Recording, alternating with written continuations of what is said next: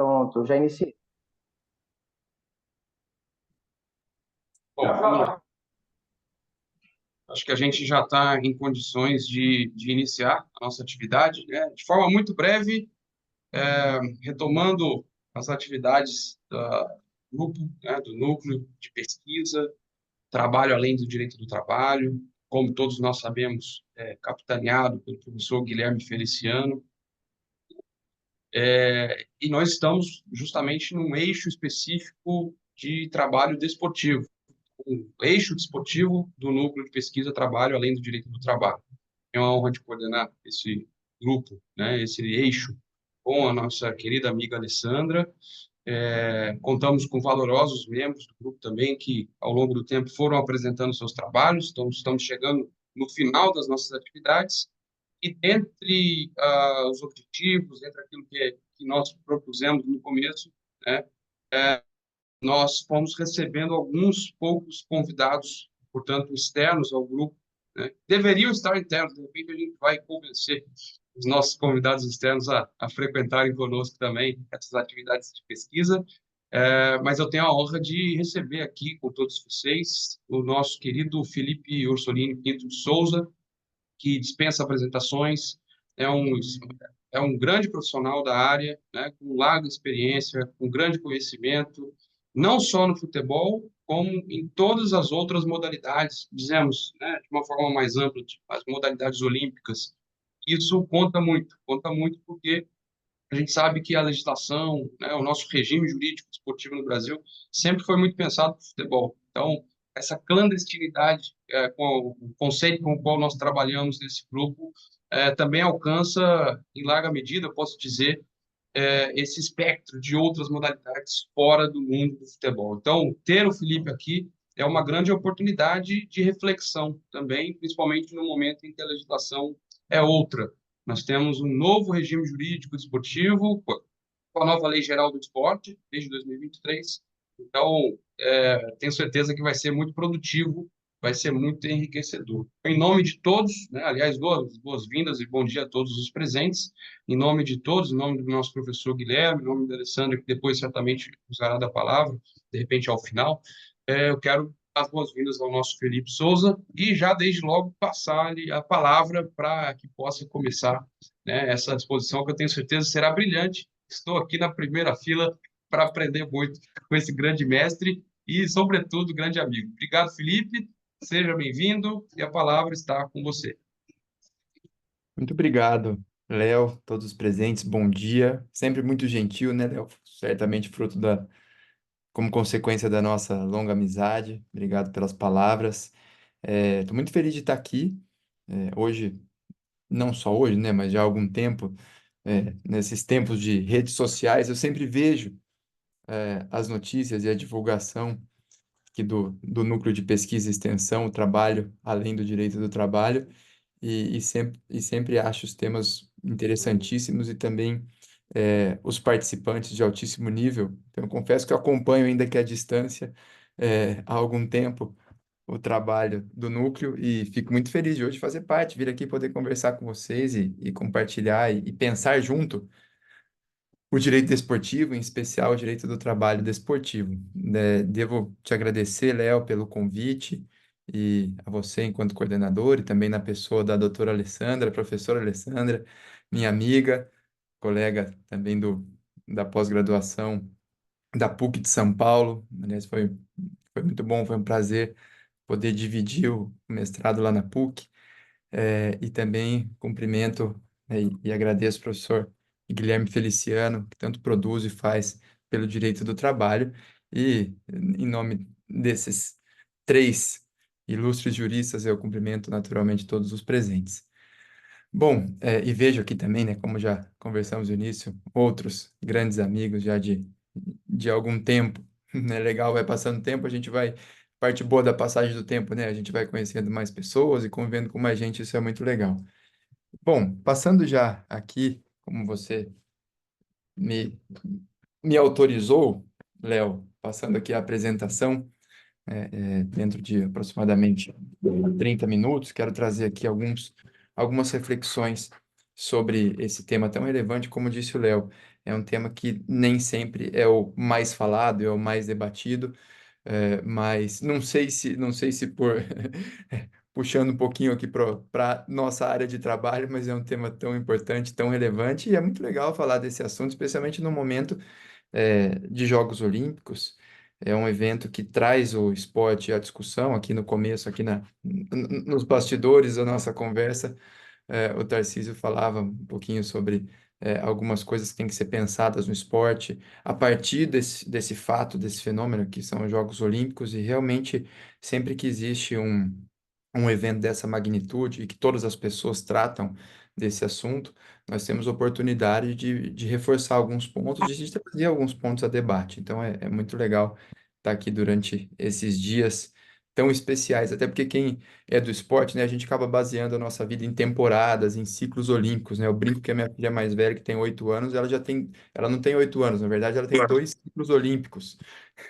Então assim a gente vai balizando a nossa vida. Bom, gente, vamos lá. Deixa eu passar aqui a minha apresentação, acho que todos estão vendo, né? É, o Léo Alessandro, o professor Guilherme Feliciano, me pediram para trazer hoje, né, compartilhar alguns pensamentos sobre a rescisão do contrato especial de trabalho desportivo, e eu trago aqui até a nomenclatura, o término do contrato especial de trabalho esportivo, para poder seguir o texto da Lei Geral do Esporte, como bem disse o Léo, nós temos um novo contexto desde junho do ano passado, desde junho de 2023, com a Lei Geral do Esporte.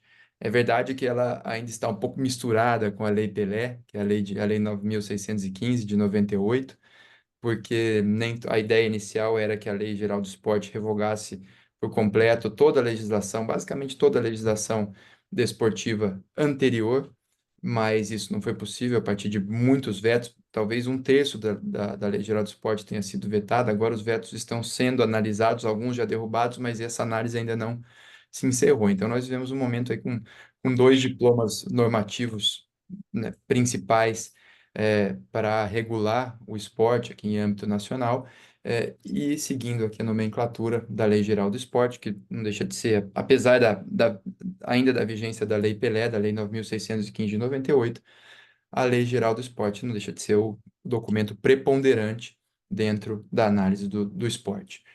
E para a gente falar e para seguir, para construir essa análise, na verdade, eu dividi essa breve apresentação em basicamente três temas.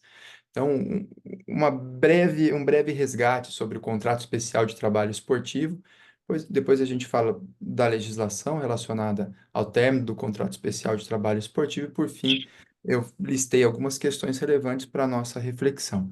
Só um ponto que eu já peço desculpas antecipadamente, o legislador teve não sei exatamente se um pouco de preciosismo, mas ele mudou algo que a gente estava tão acostumado, que era usar a expressão desportivo. Então, antes o contrato especial de trabalho era o contrato especial de trabalho desportivo, como a cláusula indenizatória e compensatória que a gente vai analisar aqui, eram as cláusulas indenizatória e compensatória desportivas.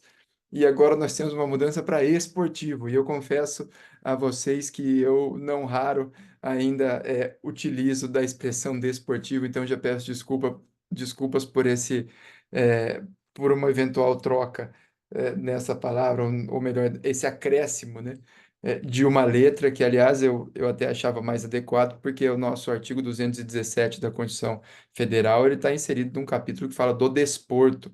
Então, talvez o desportivo, tecnicamente, fosse mais adequado, mas, enfim, isso acaba não sendo tão importante, só mesmo o registro. É, Falando, né, nesse resgate, para a gente falar, obviamente, do término do contrato especial de trabalho esportivo, e que eventualmente também eu vou falar aqui sobre, né, de contrato de trabalho, para evitar esse nome muito longo, ah, alguns pontos relevantes desse documento, que é feito especialmente para as relações trabalhistas dentro do esporte. Esse contrato especial de trabalho esportivo, ele está no artigo 85 e seguintes da Lei Geral do Esporte. Ele basicamente traz as figuras do atleta profissional e do empregador esportivo, e aqui eu faço um destaque também, como muito bem trazido pelo Léo na sua fala inicial. É muito importante, na minha opinião, que a gente olhe para o esporte e para a legislação como justamente o termo sugere, o esporte como um todo, para todas as modalidades.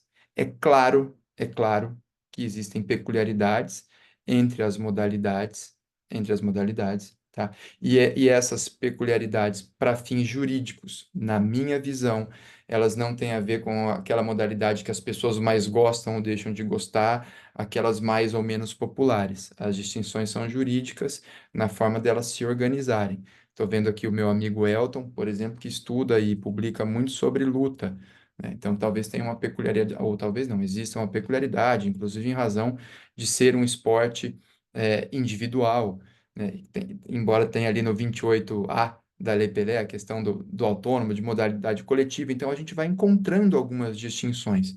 Mas é sempre muito importante que a gente olhe para o esporte, para todas as modalidades. Inclusive, o que eu costumo dizer quando a gente olha para todas as modalidades, a gente consegue, inclusive, cruzar soluções, usar, às vezes, algo que existe numa modalidade para outra, alguma realidade, uma realidade, uma especificidade de uma para outra, a gente consegue entender isso para construir um ambiente melhor, até porque o direito não deixa de ser uma ferramenta para desenvolver e para construir o esporte no nosso país, né? Então, nós precisamos olhar, ter essa visão abrangente, enxergar o todo.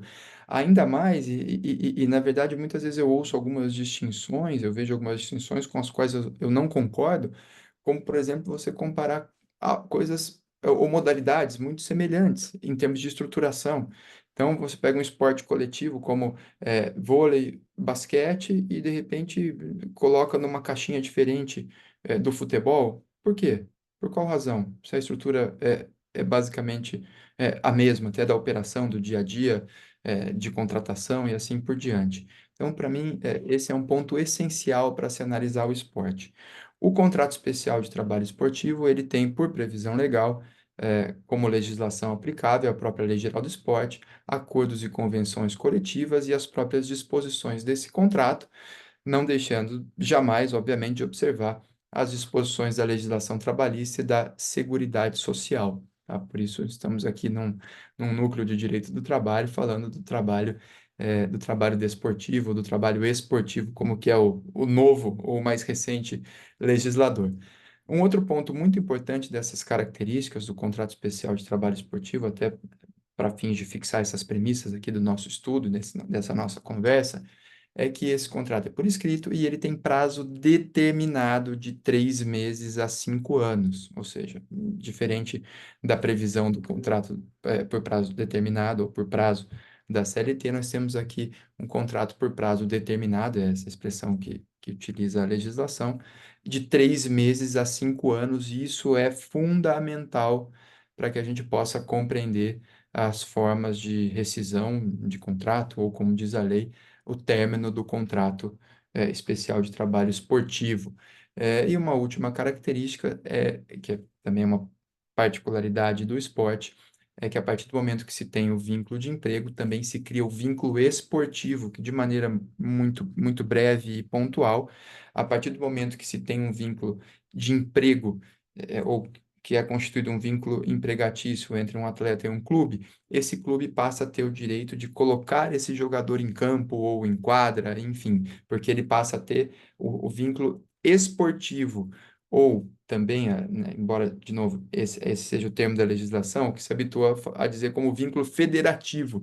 E aí eu lembro, quase todo mundo, né, ou muitas pessoas costumam dizer ali quando a gente é criança, adolescente, pratica algum esporte, fulano é federado ou não é federado. É basicamente isso, você estar vinculado a um clube e esse clube ter a capacidade, ter o vínculo desportivo com esse atleta, e esse clube ter a possibilidade de colocá-lo para representar ali as suas cores, digamos assim. Tá? Então, essas são as principais características do contrato especial de trabalho esportivo, para a gente estudar o término, o seu término, destacando a importância de olhar para todas as modalidades e destacando essa característica, essa particularidade do prazo determinado de 3 meses a 5 anos, tá? Bom, passando à segunda parte, ao término do contrato especial de trabalho esportivo, nós temos um dispositivo da Lei Geral do Esporte, o artigo 90, que ele traz ali as hipóteses de rescisão ou de término, como diz o caput do artigo, do contrato especial de trabalho esportivo. E vejam que essa lista de possibilidades, ela não esgota todas as existentes. Nós temos aqui, como primeira hipótese, o término da vigência ou o distrato, e aqui é interessante, e eu destaco, né, algumas das possibilidades, porque algumas delas são particulares da legislação esportiva.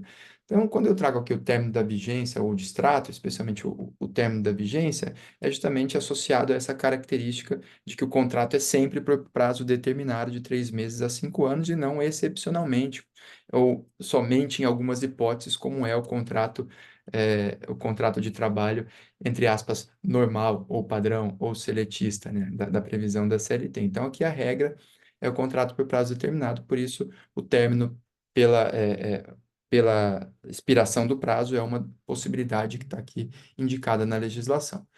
A segunda possibilidade é a rescisão que decorre do inadimplemento de salário ou do contrato de imagem vinculado a esse contrato de trabalho. Aliás, aqui esse é um dos pontos que eu coloquei ali no final como questões relevantes para a gente refletir.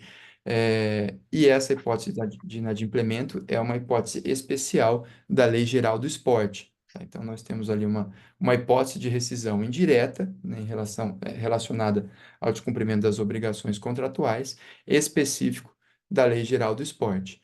Temos a rescisão indireta pelas hipóteses da legislação trabalhista e também a dispensa imotivada do atleta. Eu incluiria, aqui a questão da justa causa, na verdade, da rescisão por justa causa, é, que é um tema também que traz bastante controvérsia dentro das relações entre clubes e atletas, e a gente vai explorar um pouquinho mais nos debates na última tela, naquilo que eu sugiro ou que eu coloco como questões relevantes.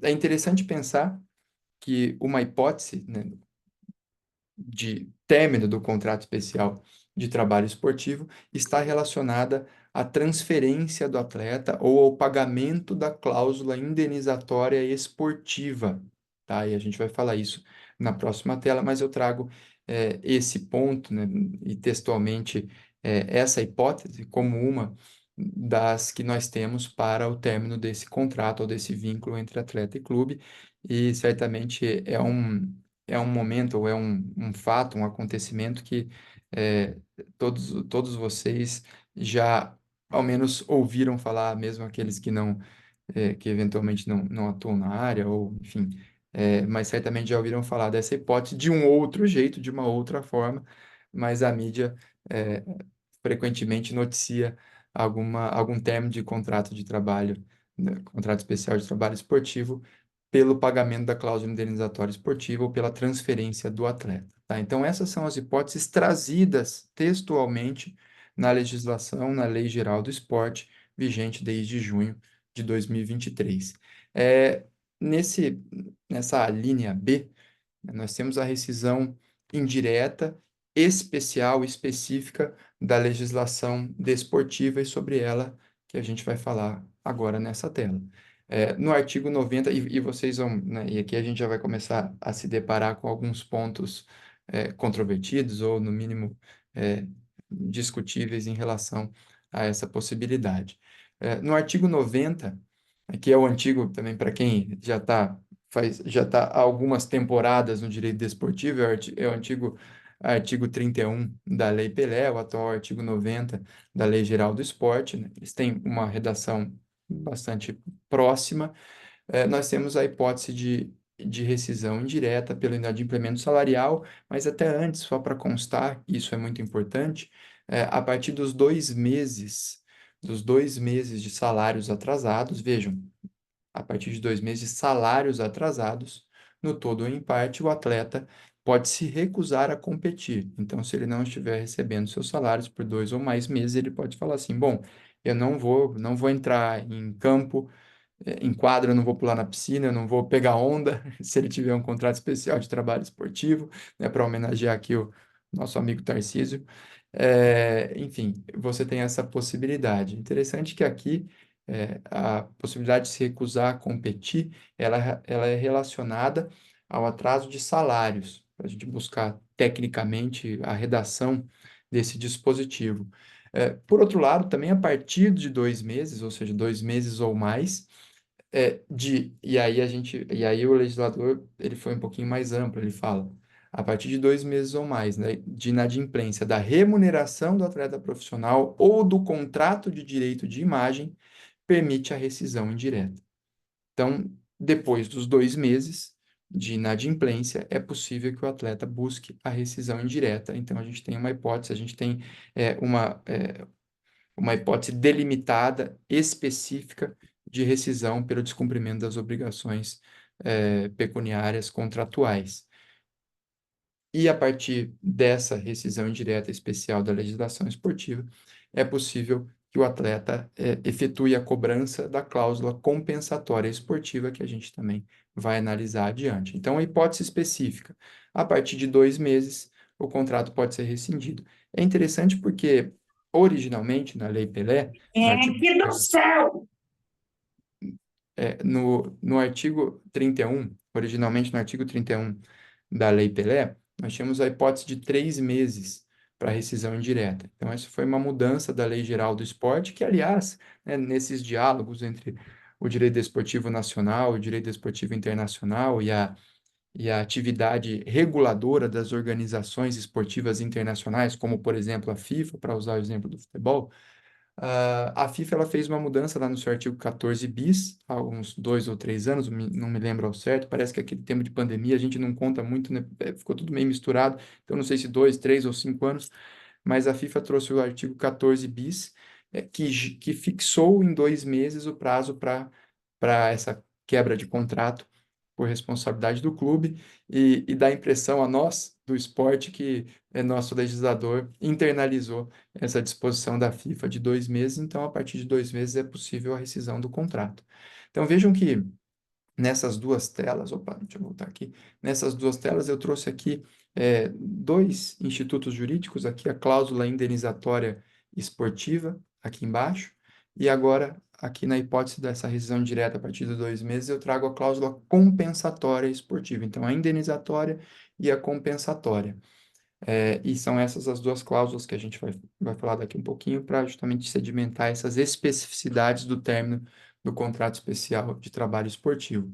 Antes disso, ainda falando da rescisão indireta, nessa ideia aqui da inadimplência que permite a rescisão indireta, e aqui é dito a inadimplência da remuneração ou do contrato de direito de imagem, nós temos uma definição trazida pelo legislador do que seriam os salários ou daquilo que caracterizaria essa rescisão indireta, porque, como sabemos, não é somente o salário mensal, aquele valor ali que cai, que deve cair, né, até o quinto dia útil do mês subsequente ao mês de prestação de serviços, não é só isso que compõe, né, os proventos, os recebimentos ou a remuneração de um atleta ou de um trabalhador. Então, aqui nós temos, o legislador, ele deixa claro que é considerado salário, aliás, até há um questionamento sobre a terminologia utilizada, especialmente no abono de férias, mas, enfim,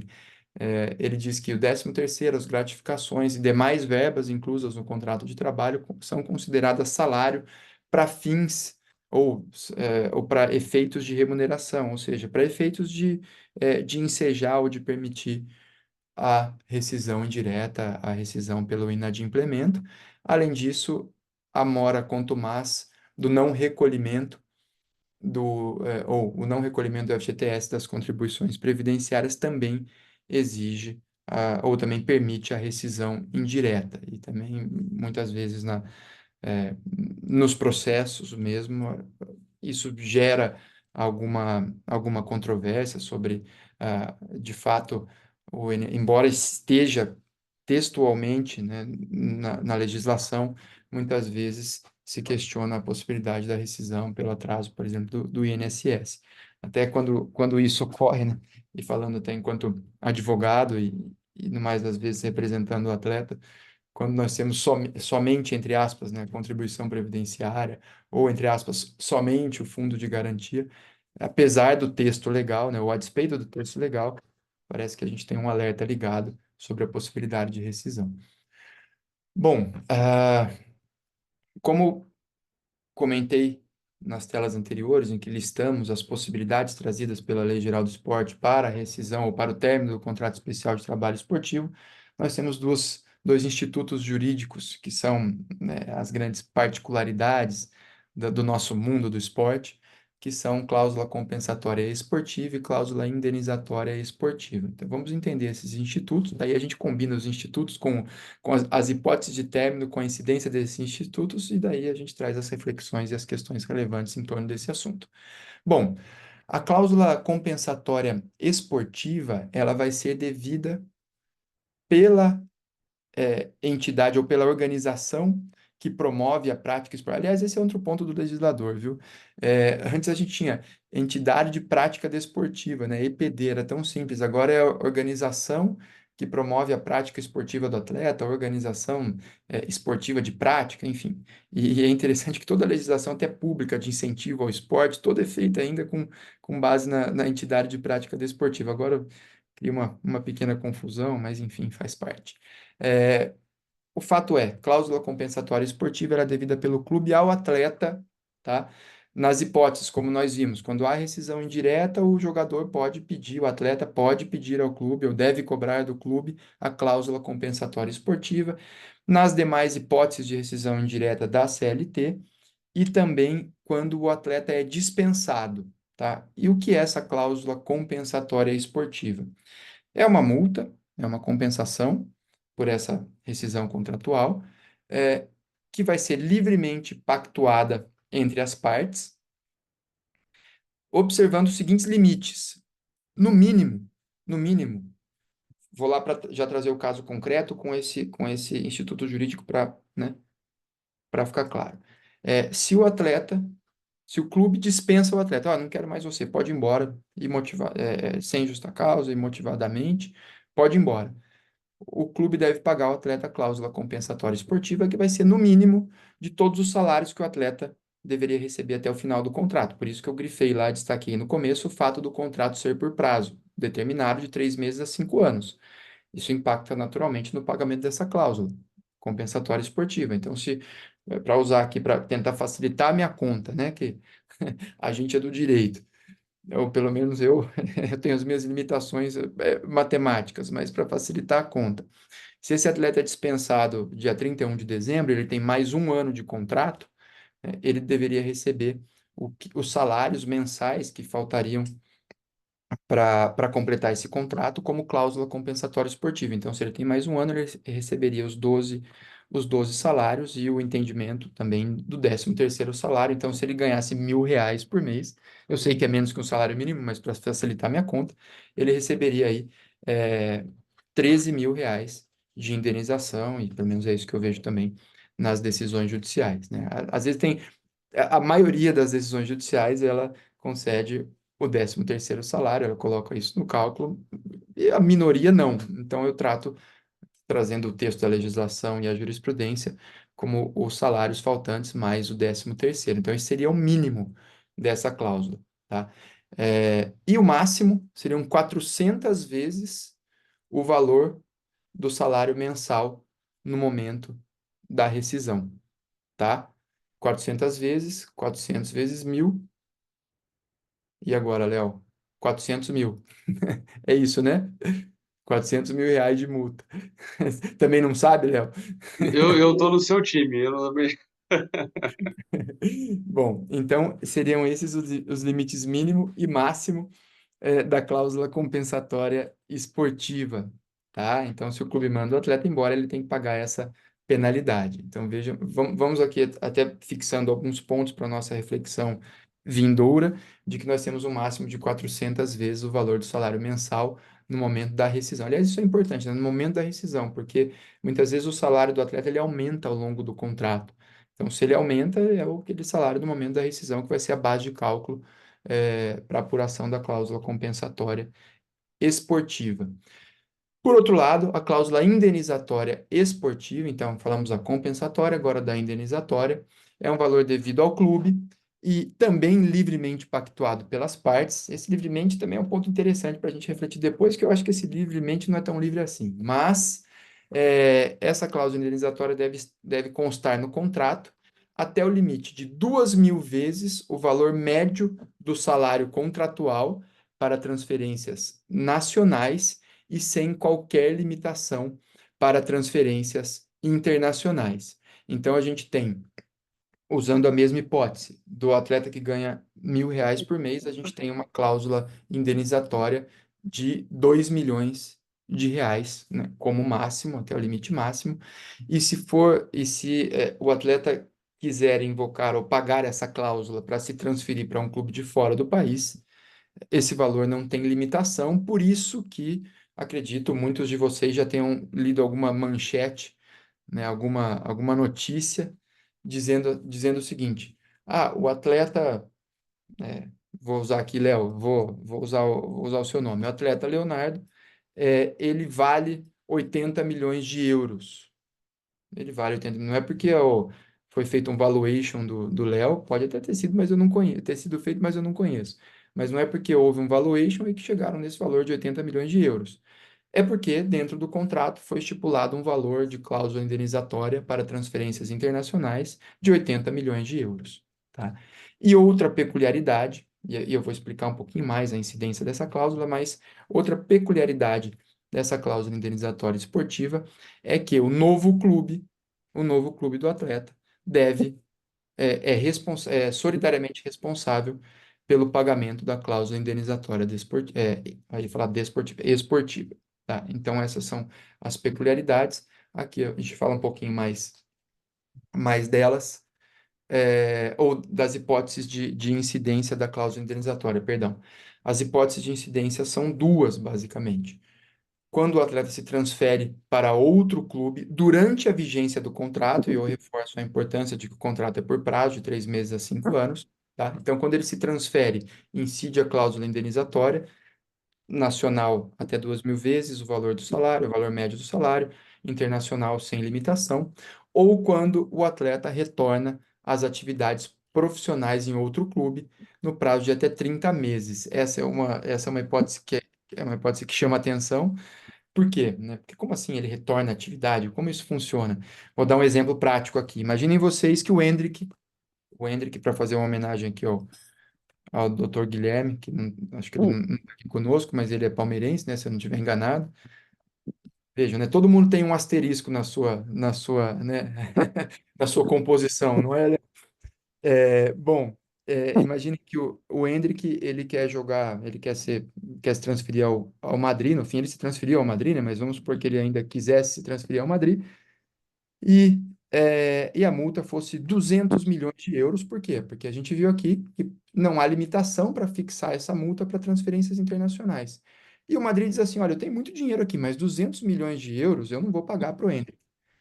Hendrick, dá um jeito aí de conversar com o Palmeiras, porque 200 milhões, eu quero que você venha para cá, você vai ganhar bem, vai morar em Madrid, vai ser tudo legal, mas 200 milhões de euros eu não consigo pagar.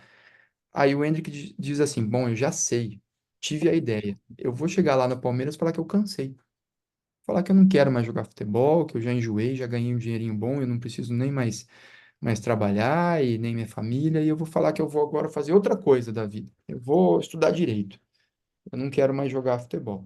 Aí onde que chega lá no Palmeiras e fala assim: olha, eu cansei, eu quero ir para casa, não quero mais jogar, e vamos lá que nessa minha historinha fantasiosa, né? Vamos lá que o Palmeiras diz assim: tá bom, gente, que eu entendi, puxa, você me ajudou bastante, já levantou o nome aqui, ajudou a promover o nome do Palmeiras, pode ir lá fazer direito e tudo bem. Aí ele assina, né, a rescisão, enfim, ele assina lá, na verdade, uma rescisão em comum acordo. Ele diz e nessa rescisão o clube diz que não vai cobrar nenhuma penalidade, enfim, que tá tudo certo. E o Endrick, já uma vez que, considerando, né, partindo da premissa que ele vai parar de jogar e vai estudar direito, e aí o Endrick dali 2 meses, depois que ele rescinde com o Palmeiras, ele fala assim: agora que eu tô livre, eu não tenho mais que pagar multa, eu vou pro Madrid, né? E aí ele vai pro Madrid, e aí, como se nada tivesse acontecido, então ele, na verdade, criou uma forma de fugir da multa, e ele não paga a cláusula indenizatória esportiva ao Palmeiras nessa hipótese. Por isso, temos essa previsão de que, se ele retorna às atividades profissionais no prazo de 30 meses, essa multa ainda assim incidiria. É claro que eu criei aqui uma historinha fantasiosa, né? Mas para dar o exemplo de uma hipótese de incidência dessa linha B da nossa legislação.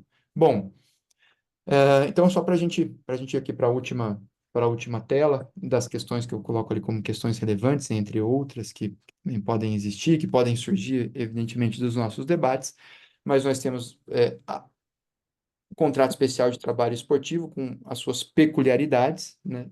Entre outras, o prazo determinado de 3 meses a 5 anos, e obviamente ali se trata de uma questão ou de uma relação entre atleta e clube, que tem também as suas especificidades. Nós temos as hipóteses trazidas pelo artigo 90 da Lei Geral do Esporte, de como é possível se ter o término do contrato especial de trabalho esportivo, destacando a hipótese, o caso, né, especial da legislação esportiva da rescisão indireta pelos 2 meses de atraso.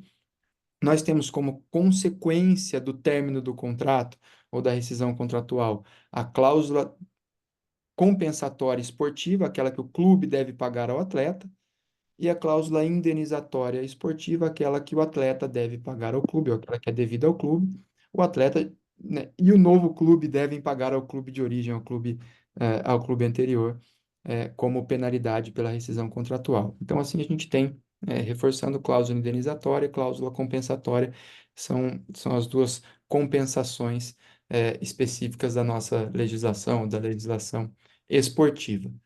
Algumas questões relevantes em torno desse contexto. Estou vendo que tem mensagens aqui no chat, eu não sei se tem alguma pergunta. Aliás, eu não falei no início, mas evidentemente que, né, quem quiser pode interromper a hora que quiser para fazer alguma pergunta. Eu sei que a gente vai ter espaço para debate, mas, enfim, falei isso tarde, mas está valendo, tá? Fiquem super à vontade. Mas algumas questões relevantes, alguns pontos polêmicos ou discutidos dentro dessa sistemática de término de contrato, do contrato especial de trabalho esportivo.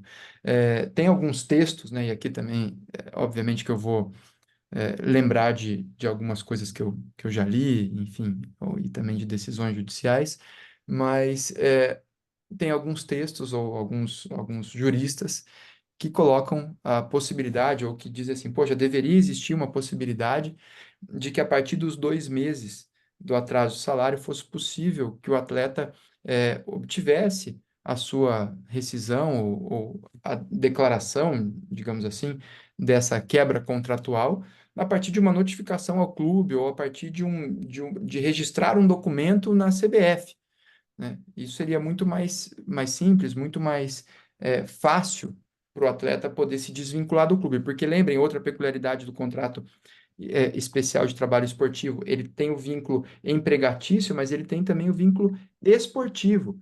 Então, se um atleta joga, e eu vou usar aqui a minha cidade, se ele joga aqui no Guarani, tem que falar os dois, né, para não dar briga. Se ele joga no Guarani ou na Ponte Preta, e ele tem um contrato especial de trabalho esportivo com um desses clubes, para ele poder se transferir a outro clube, ele precisa, de fato, ter uma declaração de que esse contrato especial de trabalho desportivo se encerrou, porque esse contrato especial de trabalho desportivo contém o vínculo esportivo. Então, para que ele seja registrado por outro clube, por exemplo, para ele jogar no Palmeiras ou no São Paulo ou no Corinthians, ele precisa ter essa declaração desse término de contrato para que ele possa ser federado também por outro clube.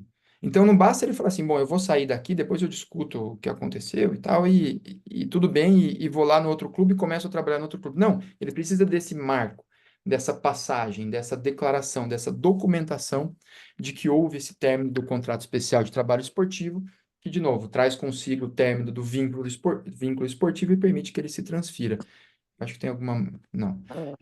Bom, então esse é um primeiro ponto, que deveria haver uma forma administrativa, mas, em verdade, o que se tem que fazer diante de uma situação de atraso salário é buscar a Justiça do Trabalho para que se tenha a rescisão do contrato, e essa rescisão do contrato declarado por um juiz ou por uma juíza também enseja o término do vínculo esportivo, e aí sim o atleta pode se transferir para qualquer outro clube. Vejam que interessante, dentro da peculiaridade da sistemática do esporte, não basta que se tenha um contrato de trabalho com o Palmeiras, com o Corinthians. Você precisa e você quer o vínculo esportivo, né? Que no fim ele vem a reboque, mas só para ilustrar. Você precisa do vínculo esportivo para poder colocar esse atleta em campo. Se você não tem o vínculo esportivo, você não coloca em campo, e esse vínculo esportivo você só tem com um clube por vez. Então, você precisa, de fato, fechar um contrato para abrir outro, né, efetivamente.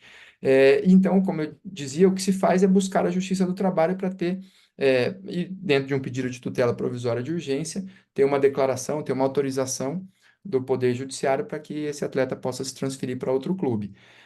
Penso eu, embora não seja sempre assim, é na maioria das vezes, na minha experiência, mas não sempre assim, que se essa é a manifestação de vontade do atleta, de sair do clube, ele não está obrigado a ficar vinculado a um clube, pronto, o judiciário ele deve, né, obviamente, estando presentes ali minimamente os requisitos, ele deve conceder essa autorização e depois se discute se o atleta tinha razão ou não.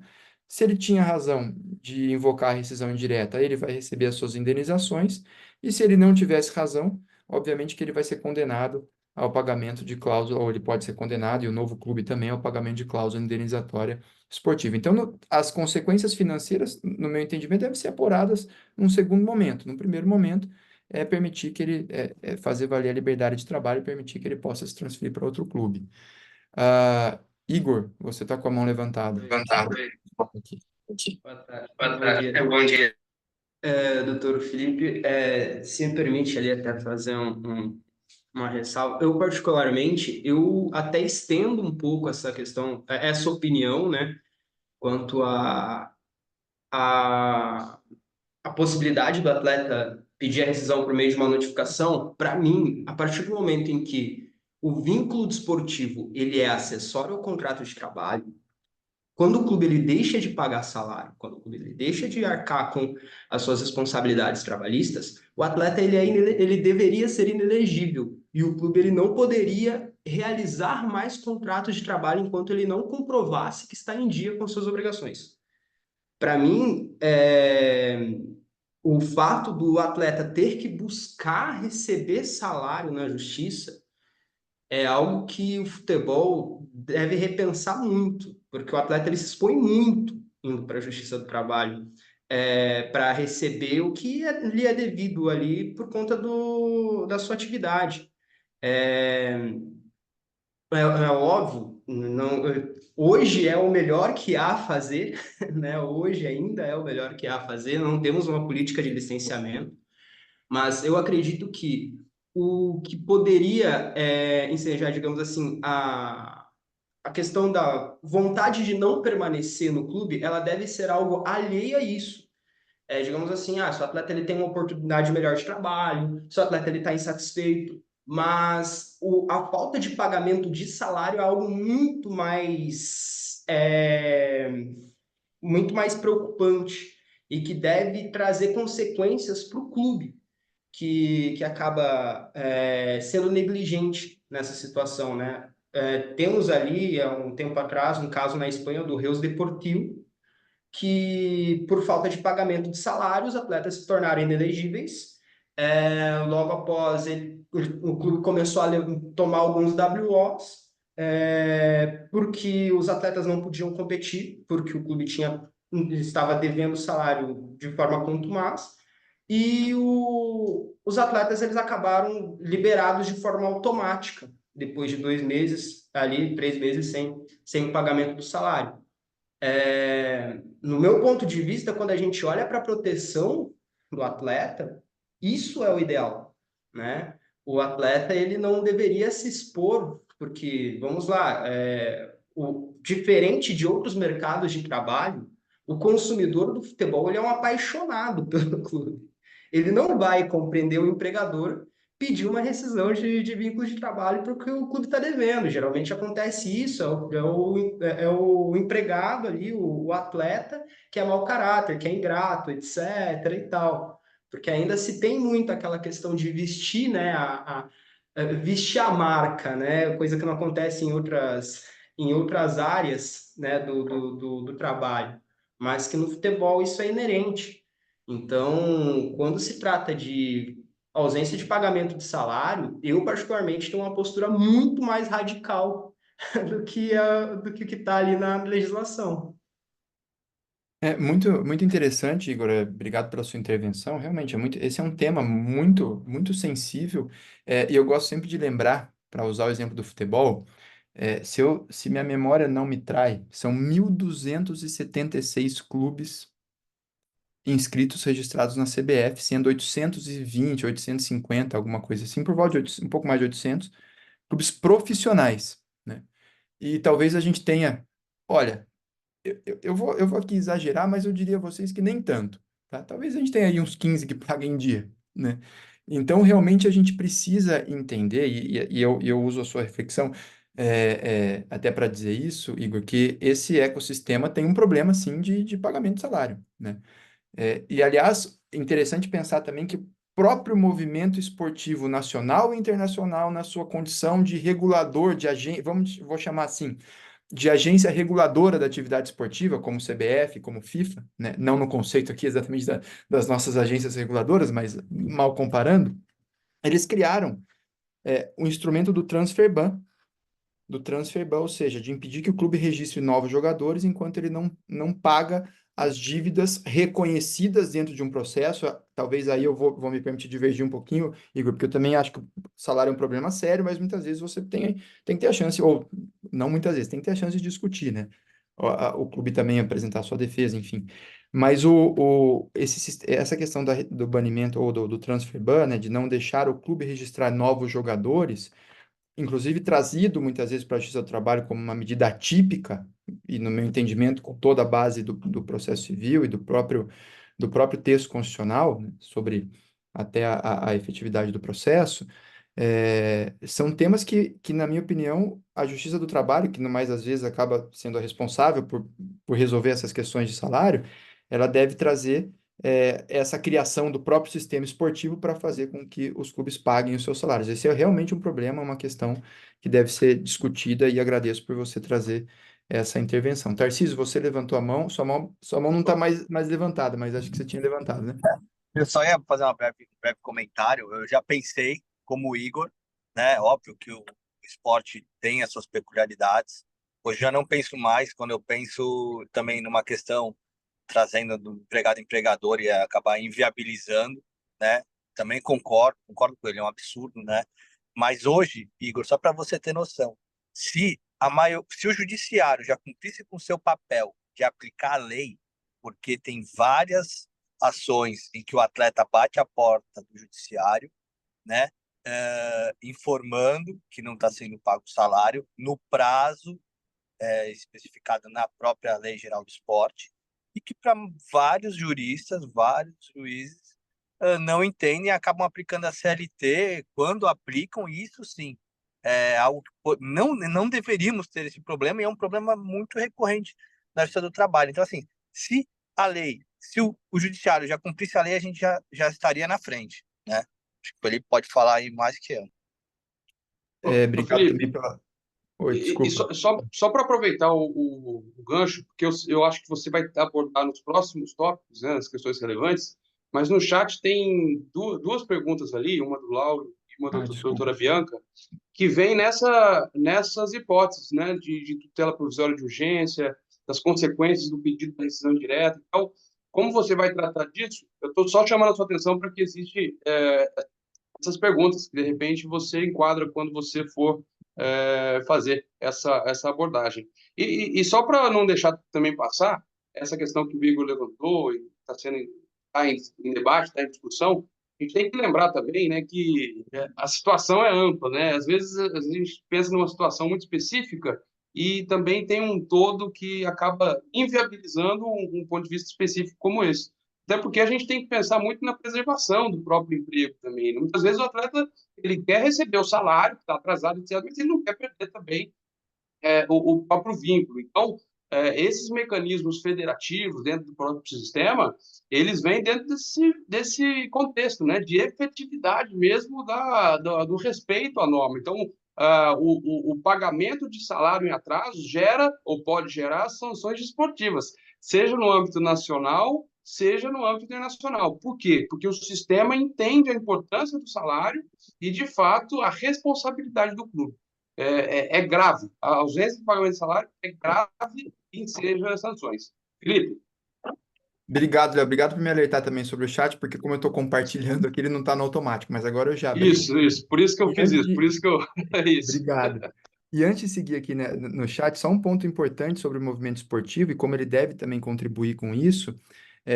Vejam que a gente tem um ponto muito importante, porque quando a gente fala de pagamento de salário, muitas vezes as pessoas colocam assim, bom, é o trabalhador e o clube.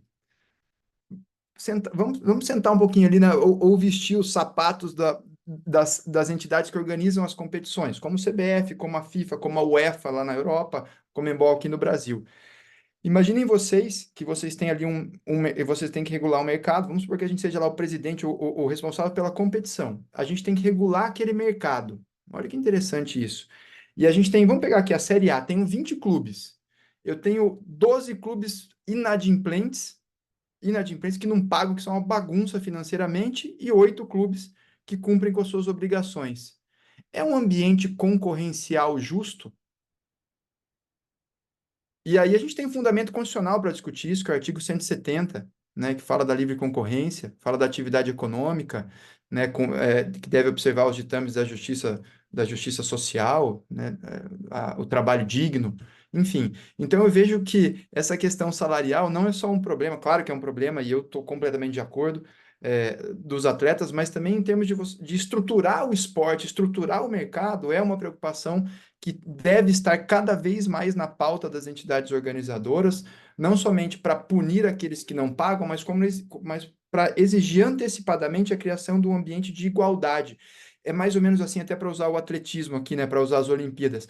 É assim, todo mundo partir numa prova de 100 metros rasos da mesma linha, né? Não tem aquela história, ninguém pode queimar, todo mundo sai do mesmo lugar. Quando você tem clubes que são estruturados de maneira completamente distintas em termos de cumprimento de obrigação de responsabilidade, é uma bagunça. Os clubes não saem do mesmo lugar, isso é ruim para a competição. Mas, enfim, voltando aqui para seguir o chat, Igor, eu vi que você levantou a mão, deixa eu só seguir mais um pouquinho aqui o chat, daí eu já te devolvo, por favor, tá? Vamos lá. A doutora Ana Paula comentou, sem falar no salário por fora. Interessante, eu vou trazer até que está na minha listinha, né? É, tem o salário por fora, aquele completamente por fora, aquele que não, que ninguém nem se preocupou de dar um nome do que é aquilo, né? Simplesmente, ó, te pago, vou colocar um salário mínimo na carteira e te pago 2.000, 3.000, 10.000, enfim, no fio do bigode, né? Como dizem. Mas tem também o por fora, que muitas vezes é o contrato de imagem, né? O contrato de imagem, na minha opinião, há opiniões das mais variadas, mas eu vou aqui basicamente dividir, talvez, em três, né? Tem uma opinião que diz assim, ó, contrato de imagem, como assim? O atleta vai para um clube para praticar o esporte. Tudo que está junto é a reboque, então imagem não existe, né? Eu estou simplificando, mas existe essa opinião e aliás, eu respeito todas as opiniões, mas acho muito respeitável isso, porque ele de fato vai para jogar. Tem uma segunda opinião que admite a composição de contrato de imagem com contrato de trabalho. Hoje, a Lei Geral do Esporte, ela permite até 50%, sendo que a imagem precisa ser efetiva. Diferente da Lei Pelé, que falava que podia ter até 40%, não dizia que tinha que ser um uso efetivo, embora, no meu entendimento, a jurisprudência seguia no sentido de pedir a efetividade. E tem aqueles que dizem que as partes combinam o que quiserem de imagem e salário e está tudo bem. Eu diria a vocês, né, e compartilho, usando essa ideia do salário por fora, de que a imagem é absolutamente excepcional. Excepcional. Acabei de falar que são 1.276 clubes na CBF, né, 870, 850 profissionais, 20 mil atletas registrados na CBF. Tudo bem, talvez uns 50 atletas de futebol, para dizer assim, eles de fato conseguem agregar algum valor. Se for ser feito, se fizerem um valuation da imagem dos atletas, talvez de fato eles tenham um valor agregado, talvez eles tenham uma atividade ou uma relação com o clube que vai além de treinar e jogar, então talvez eles de fato façam camiseta com a imagem deles, com o clube, como o Rogério Ceni, talvez o Dudu no Palmeiras. Eu lembro que tive uma ocasião que eu trabalhei numa operação de um jogador de basquete que veio para o Flamengo, e como ele tinha jogado na NBA, e ele tinha lá toda uma, ele era, eu vou dizer assim, ele tinha uma caricatura ali em torno dele, foram criados produtos, tudo bem, ali até se tem uma operação apartada da relação do vínculo, da relação de trabalho, mas para mim isso é absolutamente exceção, exceção, eu não consigo me convencer que um atleta, com todo respeito, claro, que um atleta que joga a Série B, que é reserva de um time que joga a Série B, que ele possa receber 50%, que 50% do que ele entrega para o clube é de imagem. Ninguém nem sabe o nome dele, assim, né? Enfim, é um trabalhador e eu coloco nessa ideia do salário por fora e trago como problemática, até para rescisão indireta, pelos 2 meses de atraso, a imagem, que ela foi incluída também como item de atraso. Então, se está atrasado salário ou imagem, a imagem também enseja a rescisão indireta. Veja que interessante, pelo texto da Lei Geral do Esporte, essa imagem pode ser pactuada com pessoa jurídica, da qual o atleta seja titular. Então, no fim das contas, vamos à Justiça do Trabalho dizendo que a imagem está em atraso e essa imagem foi pactuada com uma pessoa jurídica da qual o atleta seja titular, né? E eu posso, inclusive, se eu posso pedir a rescisão indireta do contrato de trabalho pelo atraso de imagem, naturalmente eu posso cobrá-la na Justiça do Trabalho, respeitando o entendimento contrário. Então, vejam só, eu tenho a impressão que a imagem ela foi tão forçada para fazer parte desse pacote e para diminuir a base de cálculo de reflexo trabalhista, que a legislação diz que eu posso pactuar com a pessoa jurídica do atleta e que o atleta, enquanto pessoa física, pode cobrar na Justiça do Trabalho.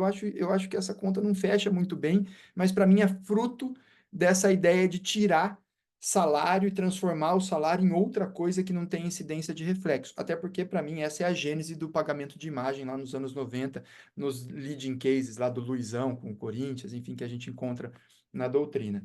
Então, esse também é um problema. De qualquer modo, eu vejo que é possível pela sistemática da legislação, enfim, pela abrangência ou pela competência da Justiça do Trabalho, pelos casos que eu tenho e que eu vivo e que eu estudo, é possível sim cobrar a imagem, ainda que não se peça a integração ao salário pela utilização fraudulenta da imagem.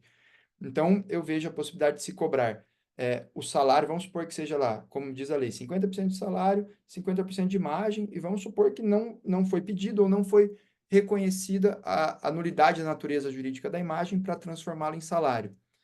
Ainda assim, a Justiça do Trabalho ela tem dado ou tem deferido os pedidos de pagamento de saldos de imagem, ainda que na pessoa jurídica. Enfim, às vezes, toda vez que eu falo isso, eu mesmo fico com dúvida, mas é o que está acontecendo, é o que está no texto da lei, é o que vem nas decisões, e para mim também, no fim das contas, é o que faz mais sentido que o atleta possa receber dentro daquele contexto, né, da reclamação trabalhista. Bom, uma outra questão que o Lauro trouxe aqui, nessa hipótese do Igor, quebra contratual, o atleta ficaria livre?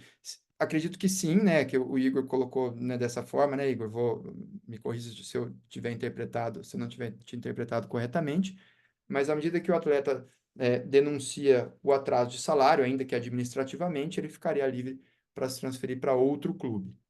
Doutora Bianca, é comum a concessão da tutela de urgência em primeira instância ou o advogado do atleta possui dificuldade nesse caso? E o resultado, enseja discussões via MS, excelente. Doutora Bianca e todos, super comum a concessão da tutela de urgência em primeira instância, embora eu ainda, na minha opinião, deveria ser unânime, né? Eu sei que unanimidade não existe, mas na minha opinião deveria ser unânime, porque se o atleta manifestou a sua intenção de não trabalhar mais para aquele empregador, tá bom, vai. Se você está me dizendo, atleta, que não quer mais trabalhar porque está atrasado, e se daqui a pouco eu vou dar, obviamente, eu vou permitir ao clube se manifestar num segundo momento. Se o clube mostra que não estava atrasado, então quer dizer, você invocou um fato que não existe, você vai arcar com as consequências. Você vai ter que indenizar o clube e o clube para o qual você foi também vai ser responsável solidário por pagar a cláusula indenizatória esportiva, que é caríssima, que são 2.000 vezes o valor médio do salário. Um caso muito interessante sobre isso, gente, é o caso do Gustavo Scarpa. E mais uma vez aqui eu lembro do Palmeiras do Dr. Guilherme. Eu não vou me lembrar, talvez há uns 10 anos. Não, um pouco menos. Um pouco menos. O Gustavo Scarpa, ele jogava no Fluminense e ele entrou na justiça para se desvincular do Fluminense e o destino dele era o Palmeiras. E entre idas e vindas, a Justiça do Trabalho do Rio de Janeiro não concedeu a tutela provisória de urgência. Num primeiro momento concedeu, depois voltou atrás, enfim. E aí a dúvida do Palmeiras era a seguinte: existe uma insegurança se ele vai conseguir ou não a desvinculação do Fluminense. Se eu contrato o atleta no momento que ele tem uma decisão para liberá-lo, e depois essa decisão, vou usar, é revogada, ou vou, entre aspas, ela cai, Palmeiras, se contrato o jogador, vou ser responsável por pagar a cláusula indenizatória. Então, a celeuma era se o Palmeiras contratava ou não diante dessas idas e vindas das decisões. No fim, o Palmeiras contratou, porque o Palmeiras aí ele tem que fazer um estudo. O clube de destino, ele tem que falar, atleta, traz tudo aqui, ele tem que fazer um papel de juiz, talvez. Olhar assim, olha, olhar assim, dá o que o seu extrato de fundo de garantia. Bom, não tem pagamento. Os seus salários, onde pagava, onde não pagava, caiu, traz extrato bancário. Para tentar projetar qual vai ser a decisão judicial. Mas, em regra, a tutela provisória de urgência é concedida, e eu faço até uma pequena ressalva em alguns casos, que o juiz ou a juíza concede um prazo, às vezes até um prazo um pouquinho mais curto, 48 horas, 5 dias, para o clube se manifestar sobre o pedido. Isso é muito complicado, na minha opinião, por dois motivos. O atleta já pediu para sair. Se ele sair errado, entre aspas, ele vai ficar com as consequências. Segundo, o esporte, ele tem janelas de transferência ou períodos de registro, para usar a nomenclatura. Então, eu vou dar um exemplo. Se o atleta não for registrado para jogar no Guarani ou na Ponte Preta até dia 31 de julho, na CBF, no dia 5, talvez ele perca as 2 primeiras rodadas do campeonato. Então, o tempo é um fator muito importante, muito importante. E quando não há concessão da tutela provisória de urgência, sim, tem a possibilidade, né, como a senhora comentou, de que seja impetrado um mandado de segurança, né, para que se tenha a liberação. E, aliás, nesses caminhos do mandado de segurança, com não sem polêmica, mas se chegou a habeas corpus no TST. Eu digo não sem polêmica porque existem, né, na minha opinião, existem alguns, ainda que se tenha negada uma tutela de urgência ou uma liminar em mandado de segurança, tem um agravo, né? Enfim, e às vezes já se chegou ao TST com habeas corpus, e houve até puxa vida, não vou me lembrar quem era o relator, mas até o vídeo está aí de uma decisão dizendo, não dá para chegar a esse HC aqui, tem que queimar muita etapa antes. Então, não é tão simples assim, enfim. E, no primeiro momento, o TST ele concede, depois ele reflui nisso, mas esse é um ponto. Igor, enquanto eu sigo aqui, pode, por favor. Não, só pegando ali o gancho da questão, exatamente, meu pensamento, a minha proposta, ela pauta muito nisso que o Dr. Léo falou, na continuidade da relação do trabalho. Por quê? A lei, no meu ponto de vista, ela incentiva o clube a não pagar. A partir do momento em que o atleta tem que se expor para ele receber, a lei ela incentiva o clube a não pagar. Porque, assim, eu, particularmente, ainda não vi um atleta com 2 meses de salário atrasado ir para a justiça pedir o salário atrasado, pedir o final do vínculo. E quando o atleta vai para a justiça, ele obrigatoriamente tem que pedir o fim do vínculo, porque fica uma relação. Fica uma relação muito conturbada, que diferente, por exemplo, de um padeiro, de um pedreiro, etc., a mídia ela expõe quando o atleta vai para a justiça do trabalho. E o atleta ele fica exposto. Então aquela relação ela fica insustentável. A torcida ela geralmente não quer ver o atleta mais depois que o atleta vai reivindicar seu direito na justiça. E quando você traz essa obrigação para o clube, olha, clube, você tem que, com uma política de licenciamento, obviamente, hoje a gente tem um cenário onde dos 800 clubes, talvez ali 750 estejam inadimplentes hoje, infelizmente, com os salários. Mas não é uma questão automática, tipo, vamos aprovar hoje, amanhã já está valendo. Precisa de um planejamento ali, olha, teremos daqui 2 anos uma política de licenciamento, entende? Os clubes eles vão precisar se adaptar a isso, vocês vão ter esse tempo para que vocês planejem como que vocês vão se reestruturar quanto à questão de dívidas trabalhistas, mas Dentro desse prazo, vocês precisam regularizar tudo isso. A partir desse momento que vocês apresentaram que está tudo regularizado, dentro desse prazo, vocês terão a licença para continuar competindo. E a partir daí, precisa manter os acordos que vocês têm. O atleta, geralmente, quando acontece uma situação dessa, estamos com um caso aqui, o atleta ele vai para a Justiça do Trabalho depois de 6 meses sem receber. Porque nenhum atleta ele vai chegar ali 2 meses de atraso, só que ele não tem nenhuma outra oferta. Ele vai pedir a rescisão indireta para quê? Para ficar desempregado? Ele não pede. Ele só pede quando a situação não tem mais como continuar, quando vale a pena o risco de ser odiado pela torcida, de ser odiado pelo clube, de fechar aquela porta futuramente. Quando tudo isso começa a valer a pena para ele receber o salário, para ele receber o que está lá para trás. Então, eu particularmente vejo esse instituto, ele é muito necessário, a rescisão indireta, ele é um instituto muito necessário, principalmente a outras atividades, mas quando se tem uma atividade com uma repercussão como a do futebol, ela é, digamos assim, um direito que o atleta tem, mas que é muito danoso para o atleta buscar esse direito. Né? O direito ao reconhecimento da rescisão indireta, ele só acontece realmente quando não tem mais o que fazer. Quando o atleta já está em situações que, né, inexiste outra forma. Por isso, acredito eu que precisamos sim olhar, observar o cenário e criar meios de proteção ao atleta e que garantam que os atletas irão receber em dia. Mas, óbvio, respeitando a realidade atual e fazendo com que os clubes eles tenham um tempo para que eles possam se reestruturar e ter esse fôlego para conseguir operar. Legal, acho que mais uma vez agradeço, Igor, a sua intervenção. Realmente, eu acho que as organizações esportivas de administração, né, como a CBF, enfim, tem que pensar realmente numa questão interna, mas eu ainda, né, e eu entendo que é muito, assim, ótimo que nós tenhamos essa disposição, e acho que a Justiça do Trabalho entende isso de maneira, né, da maneira adequada da rescisão, e nós temos os instrumentos jurídicos para cobrar, e eu diria assim, essa fase da cobrança e do processo é do jogo, é parte do jogo, é parte dos conflitos e da nossa sociedade, e a gente tem esse amparo, né? Mas eu entendo que talvez em âmbito privado, né? Vejam só que interessante, eu acho, por exemplo, que a CBF deveria fazer algo, né? Para, eu vou usar a expressão punir na falta de outra melhor, que já deve surgir aqui na minha cabeça, mas ela deveria punir os clubes que estão em recuperação judicial. Poxa, como que o clube que está em recuperação judicial, ele tem os mesmos, ele, de novo, a linha de partida numa competição não é a mesma.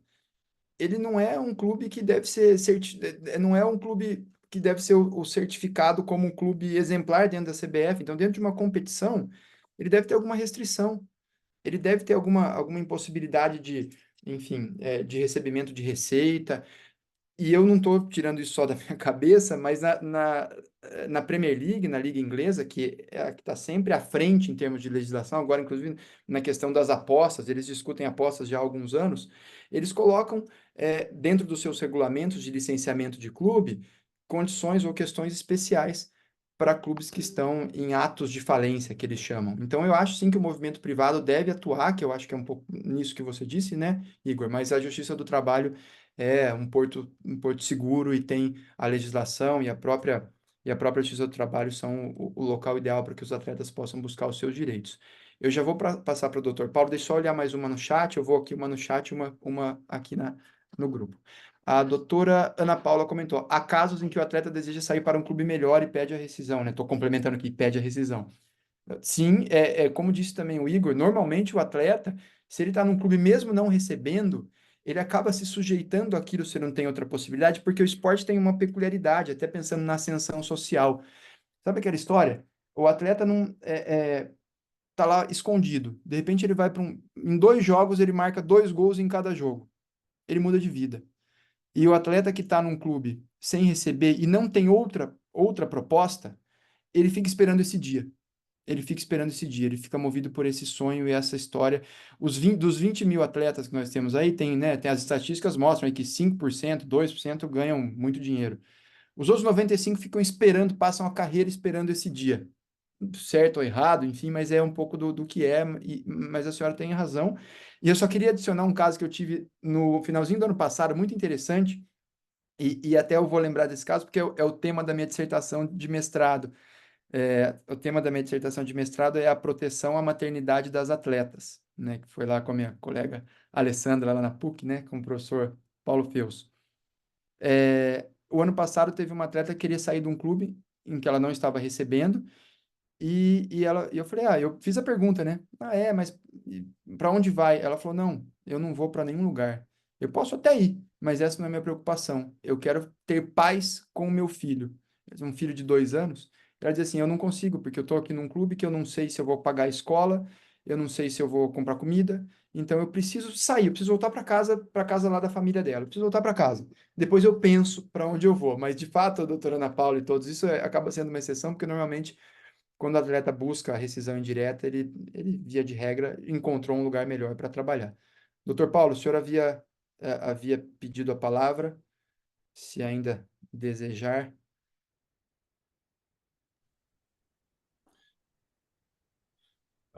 Professor Felipe, bom dia, parabéns pela apresentação. Ah, a matéria do desporto, do esporte, para mim, ela é nova, e parabéns aos demais também, para o Leonardo, professor, os demais colegas aí do grupo, pela retomada das nossas reuniões. São fundamentais para a continuidade da vida pessoal e acadêmica. Eu vejo os colegas questionando falhas na lei, não pagamentos, empresários que não são empresários, empresas que não são empresas, uma certa liberdade um pouco bagunçada na forma de contratação, e quebra o vínculo não quebra, aí não recebe, não paga, daí tem uma lei nova que não conseguiu revogar a lei velha. Aí eu vejo vocês discutindo que há uma certa insegurança nessa relação de trabalho ou de vínculo esportivo ou desportivo entre o profissional e os clubes. Mas eu enquanto sociólogo e advogado, eu sempre levo muito em consideração que quando uma situação, quando um nicho, ele está muito bagunçado ou não tem muita resposta, tanto por parte dos clubes, é porque nesse nicho há uma lógica que opera, tá? E a lógica é do ganha-ganha, tá? O que é a lógica do ganha-ganha? Quando a coisa está muito bagunçada, uma lei diz uma coisa, cada clube faz o que quer, porque ali dentro tem uma lógica do ganha-ganha. E nessa lógica do ganha-ganha, todos ganham. Às vezes alguns perdem, mas não é a ideia de que teremos que organizar o setor. Porque se organizar o setor e deixar uma lei sendo cumprida e os clubes serem obrigados a se tornarem empresas, como deveriam ocorrer, de uma forma séria, ela vai deixar de ser lucrativa, vai deixar de ser explorada como está sendo hoje. Tá?